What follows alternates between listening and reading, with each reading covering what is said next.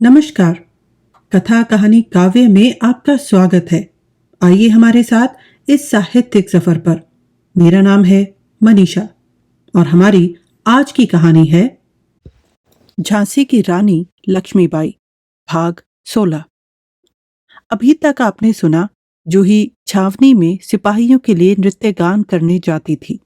साथ साथ वह रानी की स्वराज्य सेना के लिए उपयुक्त अवसर ढूंढती रहती थी। एक दिन डनलप से सवाल जवाब क्या हुए कि डनलप ने उसको छावनी में आने से ही मना कर दिया।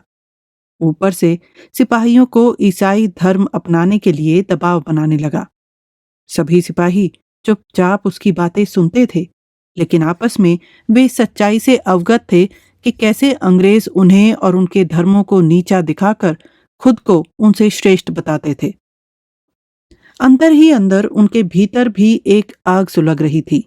गाय और सूअर की चर्बी से बने कारतूसों ने सेना में दबे अंगारों को जैसे हवा दे दी थी।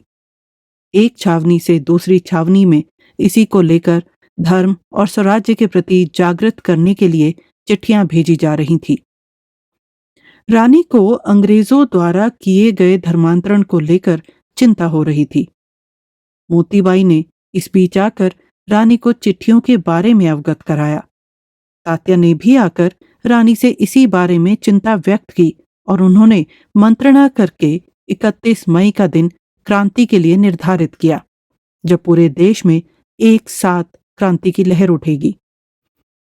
लेकिन फरवरी में एक सिपाही मंगल पांडे चर्बी वाले कारतूसों को लेकर आपे से बाहर हो गया और उसने कई अफसर मार डाले, जिसके कारण उसको फांसी दे दी गई। इस घटना की सूचना फैलते ही 10 मई को सिपाहियों ने विद्रोह कर दिया। अब आगे।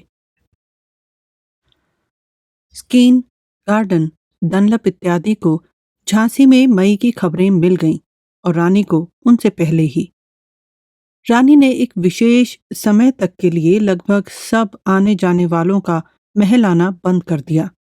जो थोड़े से लोग आते जाते थे, उनमें एक मोतीबाई थी। उसी के द्वारा रानी सब महत्वपूर्ण समाचार लेती और देती थी। मोतीबाई खुदाबख्श और रघुनाथ सिंह के संपर्क में थी। वह इन लोगों की सब बातें भुगता देती थी। स्वाभाविक था, ये दोनों दूसरे लोगों के संपर्क में थे। इस प्रकार काम जारी था। मोतीबाई ने खुदाबख्श को महल में आगंतुकों वाले निषेध का वास्तविक कारण बतलाया।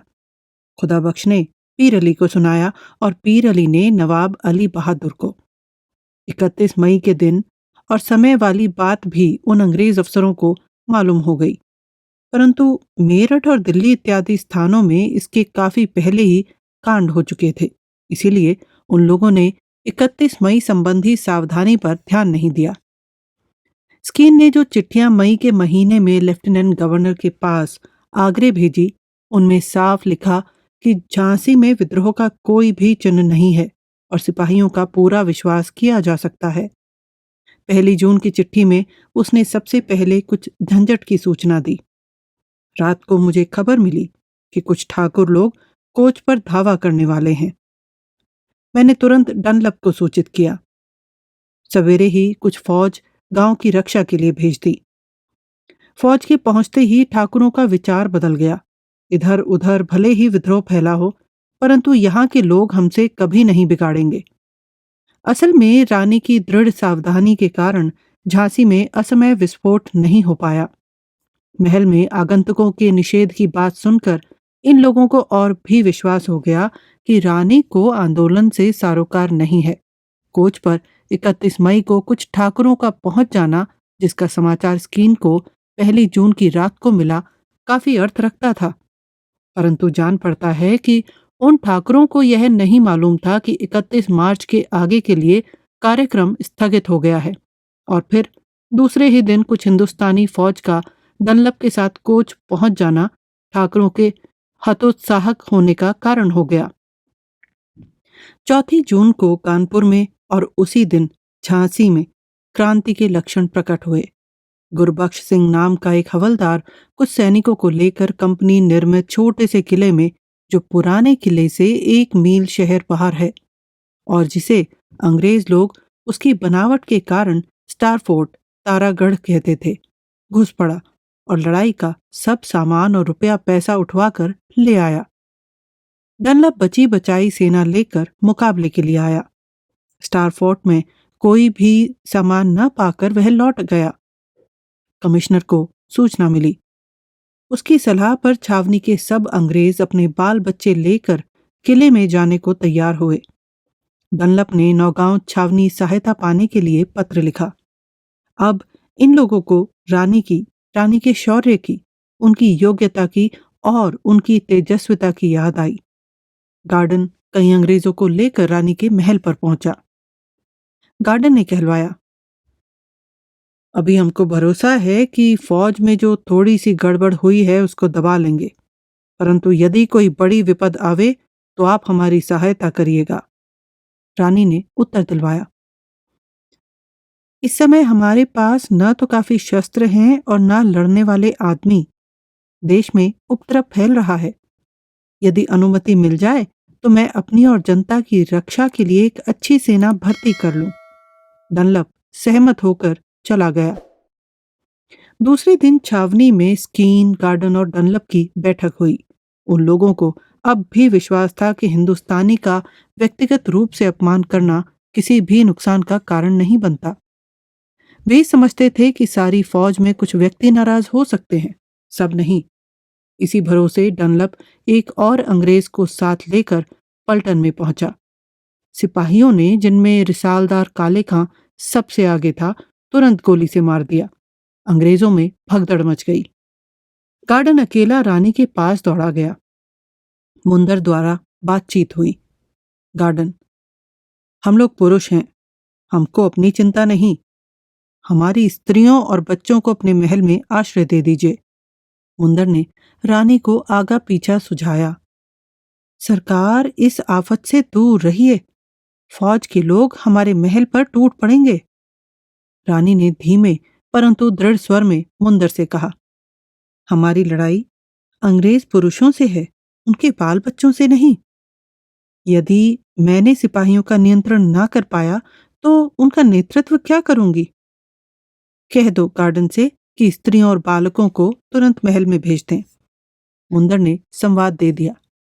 गार्डन तुरंत स्त्रियों और बच्चों को छावनी से निकालकर शहर ले आया और उनको महल में दाखिल कर दिया।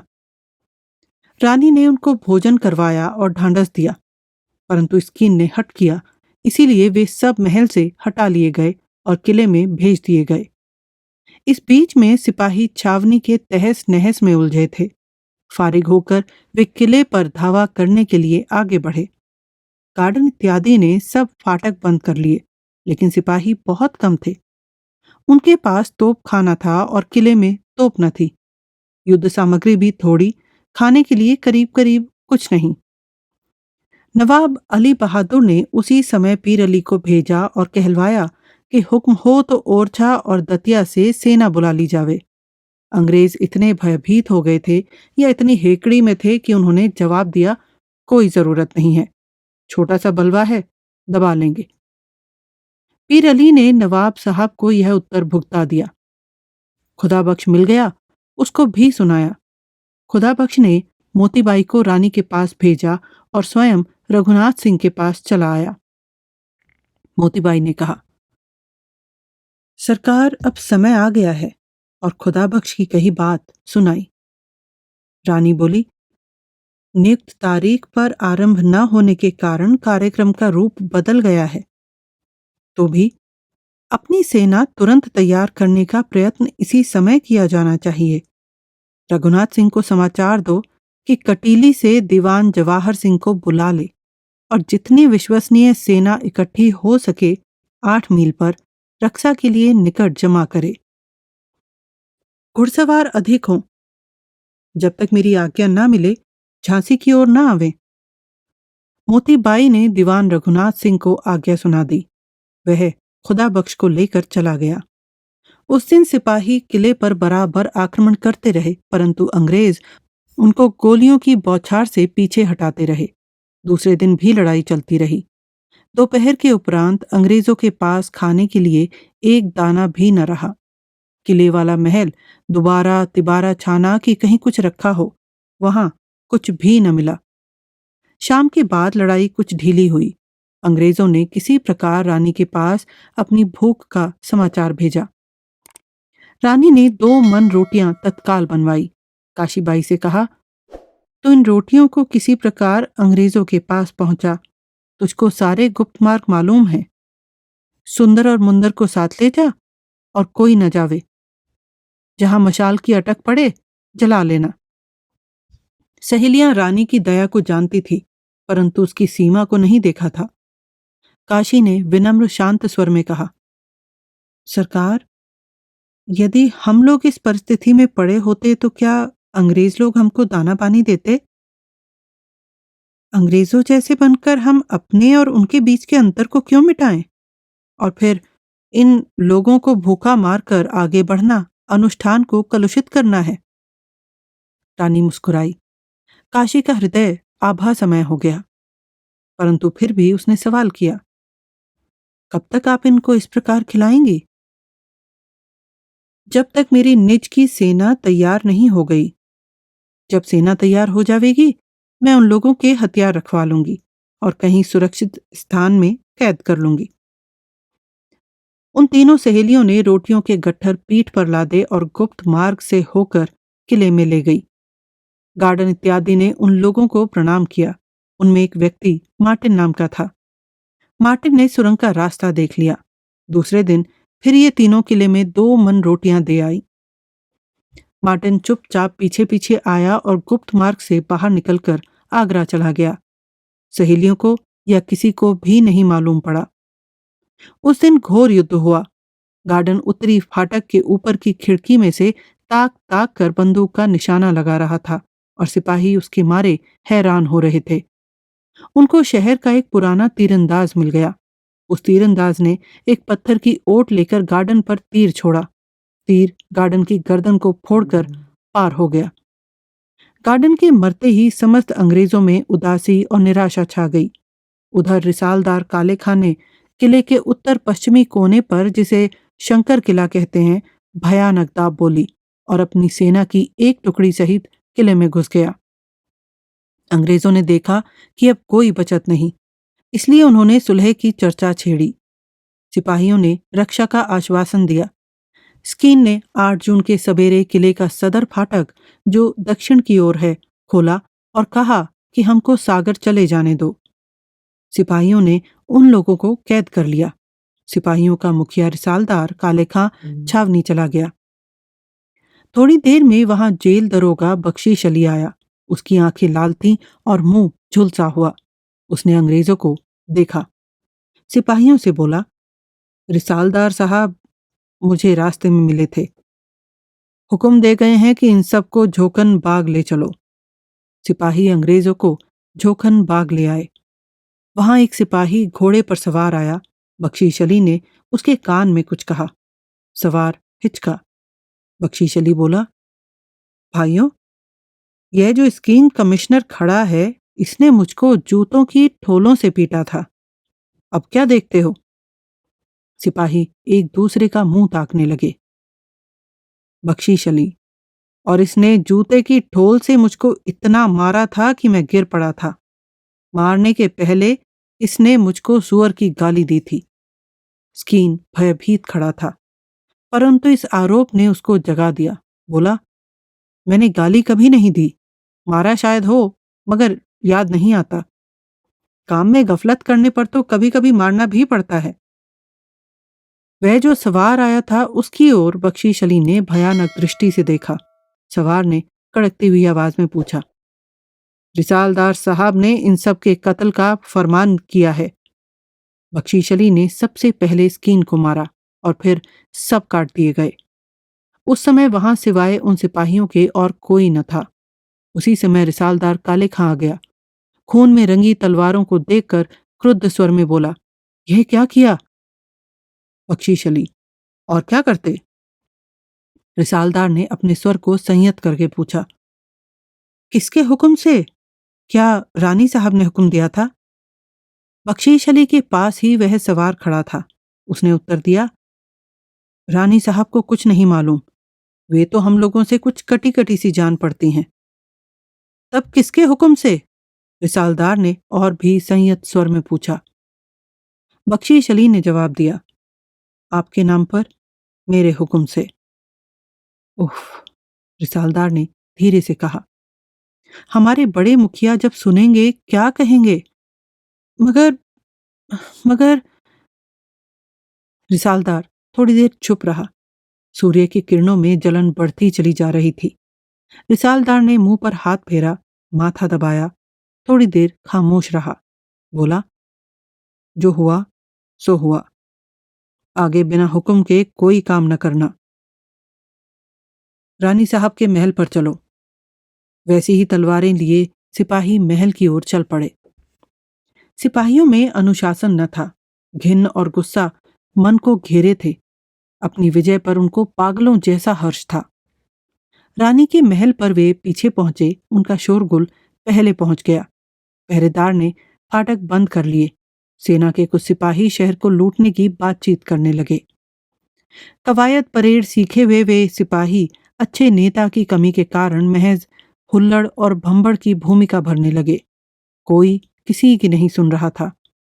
हर एक आदमी अपना अपना गुबार निकालने की धुन में था। इतने में काले खां चिल्लाया, खालक खुदा का, मुल्क बादशाह का, राज महारानी लक्ष्मीबाई का। सब सिपाहियों ने यही नारा लगाया। सिपाहियों की विचारधारा इसी नारे की ओर मुड़ गई। उस नारे ने अनुशासन की कमी को कुछ पूरा किया। खिड़की की झरप हटी। हाथ जोड़े हुए लक्ष्मीबाई दिखलाई दी। पीछे सशस्त्र सहेलियां, बिल्कुल गौर बदन, गले में हीरो का कंठा, होठ एक दूसरे से सटे हुए। सिपाहियों ने फिर नारा लगाया। रानी ने नमस्कार किया, हाथ उठाकर चुप रहने का संकेत किया। भीड़ में सन्नाटा छा गया। रिसालदार आगे बढ़ा। रानी ने तीव्र स्वर में पूछा, क्या है? तुम रिसालदार काले खां हो? स्वर में तीव्रता होते हुए भी कंठ का प्राकृतिक सुरीलापन था। काले खां ने सैनिक प्रणाम किया। बोला, हुजूर का ताबेदार काले खां रिसालदार मैं ही हूं। रानी की अनिमेष दृष्टि से काले खां ने अपनी आंख मिलाई। काले खां की आंख झरप गई, नीची हो गई। रानी ने कहा, इन तलवारों में रक्त कैसे लगा? काले खां ने बतलाया, इन्हीं कर्मों से स्वराज्य और बादशाही स्थापित करोगे? तुम लोगों ने घोर दुष्कर्म किया है। क्या तुम यह समझते हो कि संसार के सब नियम संयम उठ गए? हुजूर, और अभी तुम लोगों में से कुछ झांसी नगर को लूटने की चर्चा भी कर रहे थे। तुम अपने को इतना भूल गए? क्या तुम लोगों को यही सिखलाया गया है? काले खां, हुजूर के हुक्म के खिलाफ अगर कुछ हो तो हम सबको तोप से उड़ा दिया जाए। जो आज्ञा हो उसका हम लोग पालन करेंगे। तो मैं यह कहती हूं कि छावनी को लौट जाओ। सोच विचार कर संध्या तक आज्ञा दूंगी कि आगे तुम्हें क्या करना है। काले खां सिपाहियों से बातचीत करने लगा। कुछ ने कहा, छावनी चलो। कुछ बोले, दिल्ली चलो, वहां मजा रहेगा। कुछ ने सलाह दी, कुछ रुपया तो पहले गांठ में कर लो। अंत में सिपाहियों ने निश्चय किया, रानी साहब से रुपया लो और दिल्ली चल दो।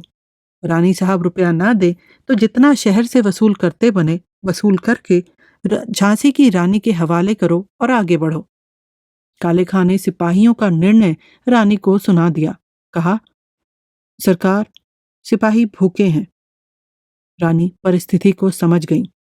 उन्होंने दूरदर्शिता से काम लिया। बोली, अंग्रेजों ने मेरे पास रुपया नहीं छोड़ा।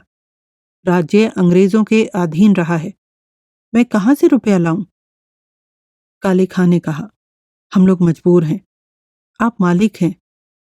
आपसे कुछ नहीं कह सकते। यदि यहां से रुपया नहीं मिलता है तो हम लोग शहर से उगावेंगे। रानी समझ गई कि शहर लुटने वाला है। उन्होंने गले से हीरो का कंठा उतारा और काले खां की अंजलि में डाल दिया। इससे तुम्हारी सारी अटकें पूरी हो जाएंगी। मनुष्यों की तरह यहां से जाओ।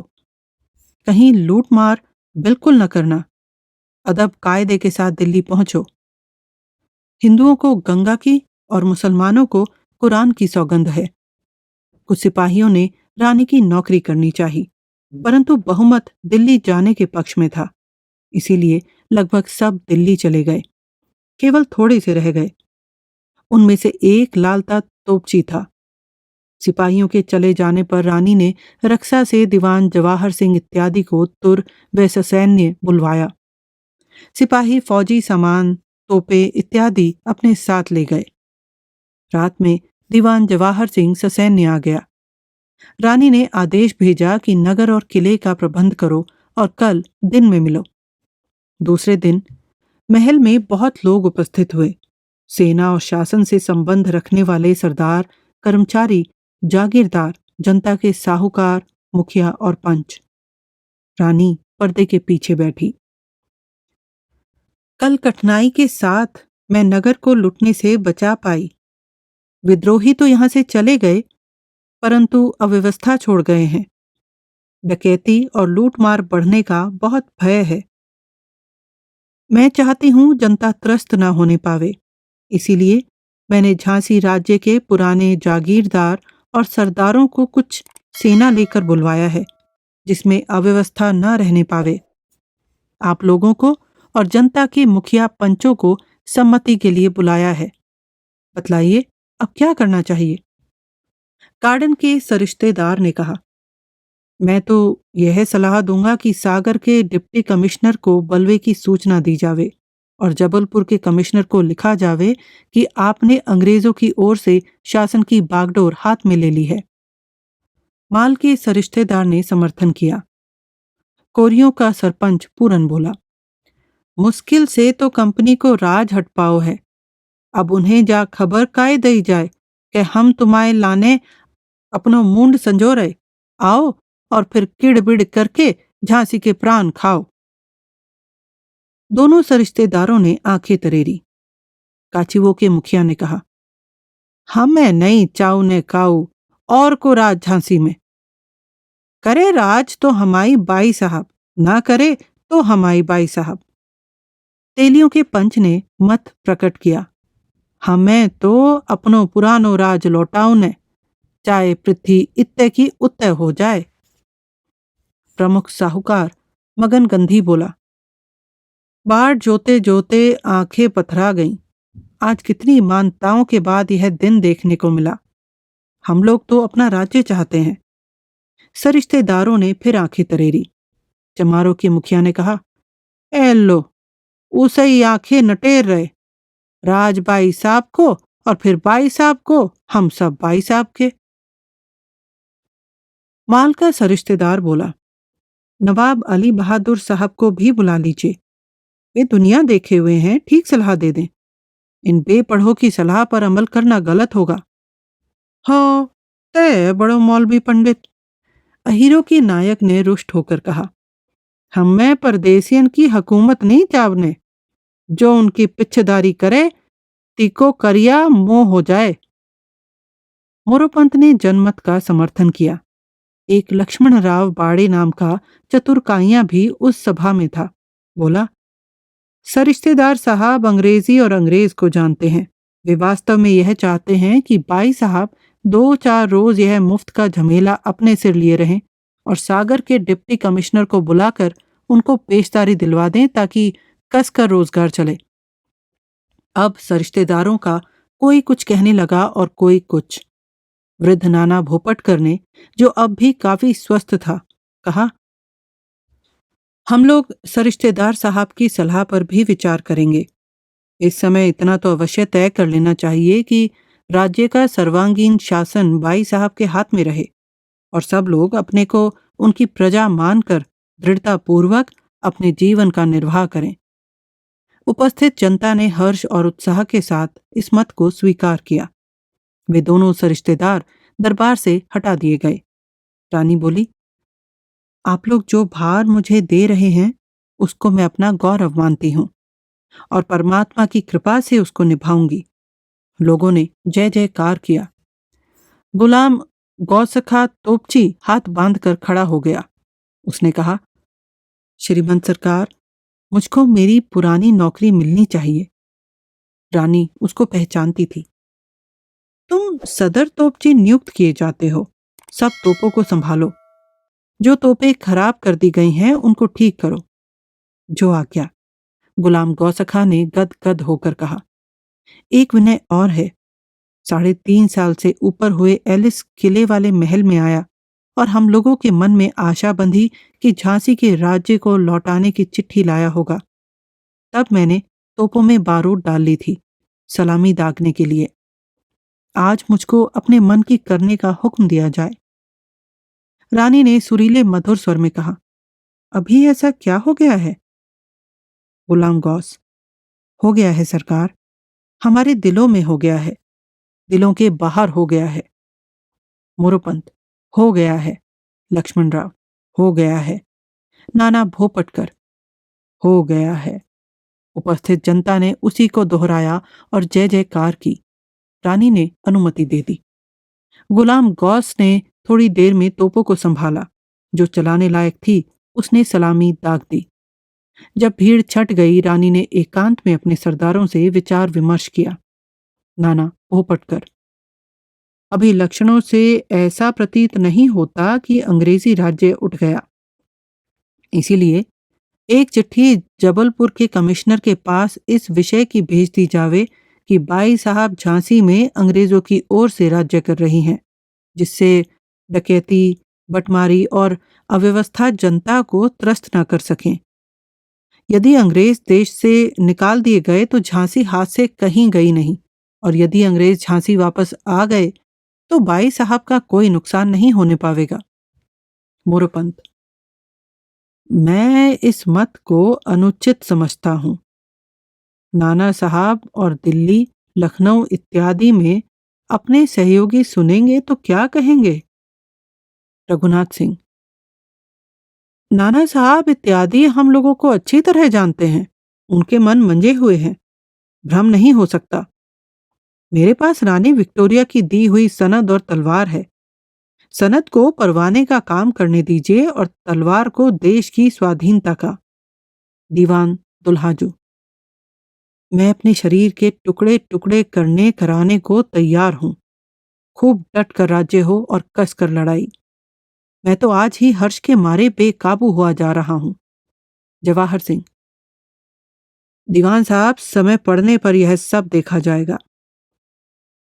दुल्हाजू। कैसे दीवान साहब? जवाहर सिंह। आप तो रुष्ट होने लगे। लड़ना मरना सबको आता है। यह समय शांति के साथ सलाह करने का है। मेरे निवेदन का इतना ही अर्थ है। भाऊ बख्शी। मेरी समझ में नाना भोपटकर जो कह रहे हैं वह ध्यान देने योग्य है।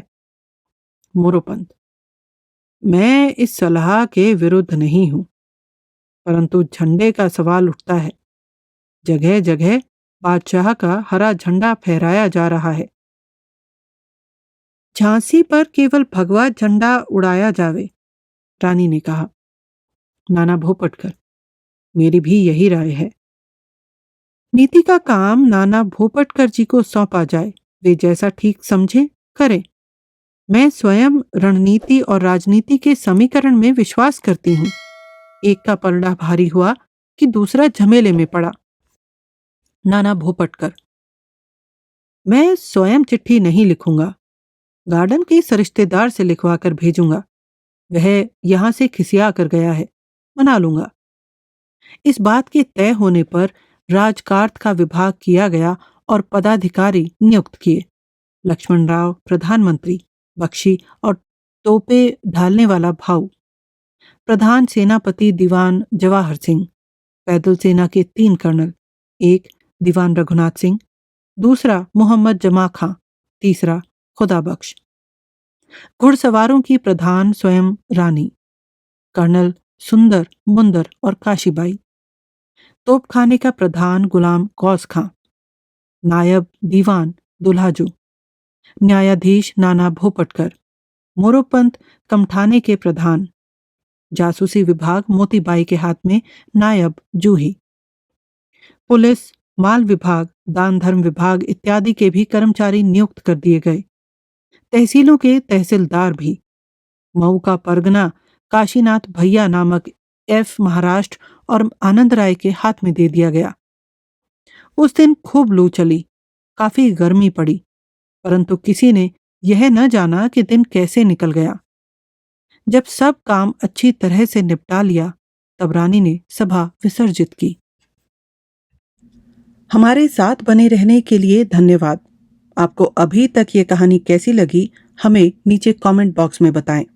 आपके कमेंट्स और लाइक हमें प्रोत्साहित करते हैं और इससे चैनल की भी मदद होती है। अपने दोस्तों और परिवार के साथ कहानियां शेयर कीजिए और अगर आपने अभी तक सब्सक्राइब नहीं किया है तो सब्सक्राइब करें और साथ में बेल आइकन दबाना ना भूलें। इससे हमारे अपडेट्स आपको सबसे पहले मिलेंगे। जल्दी ही मिलते हैं कहानी के अगले भाग के साथ।